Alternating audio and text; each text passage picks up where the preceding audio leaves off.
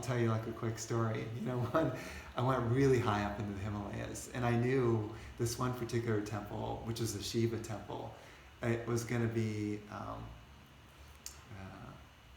we'll say about, let's say 15 miles or so for a walk. And the backpack was going to be too far. With the backpack, it was going to be just too heavy. So I decided at the very bottom to find a shopkeeper who would be willing to store it while I walked to the top. And then, very agile. You had to be very agile because there were horses all around. There were all these thousands and thousands of pilgrims going up, people being carried by horses. Sometimes they have like 4 people carrying one person at a time, all the way up miles and miles to the top to Kedarnath. So, people made these very serious journeys to get to these holy places because it's worth it. It's worth it. The energy is amazing. And what it does is it shows your dedication to God. When you're willing to make that far of a trip, to walk that far, it's easy if you go to a temple and you just drive right up to the entrance, someone drops you off in a taxi and you just go right in. But when you're walking 15 miles through mud to get to the top, now you're saying, I'm very serious about finding God.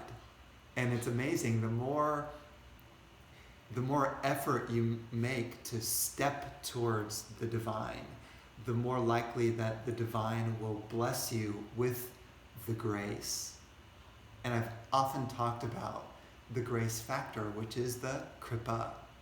You call it the kripa. When you have the grace factor, your spiritual path gets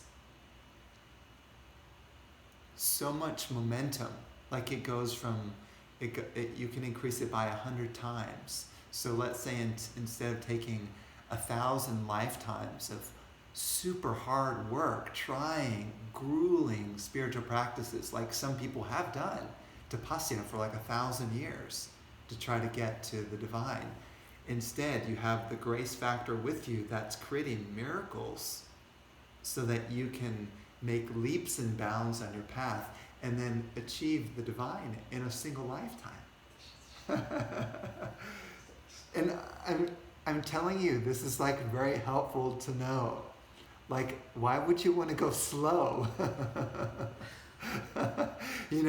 Why would you want to take tiny, tiny steps when you can bound up the mountain to the temple? Why crawl like a turtle? So that's why the Shakti Peeth or these holy places are located all over India so that people can make those holy pilgrimages.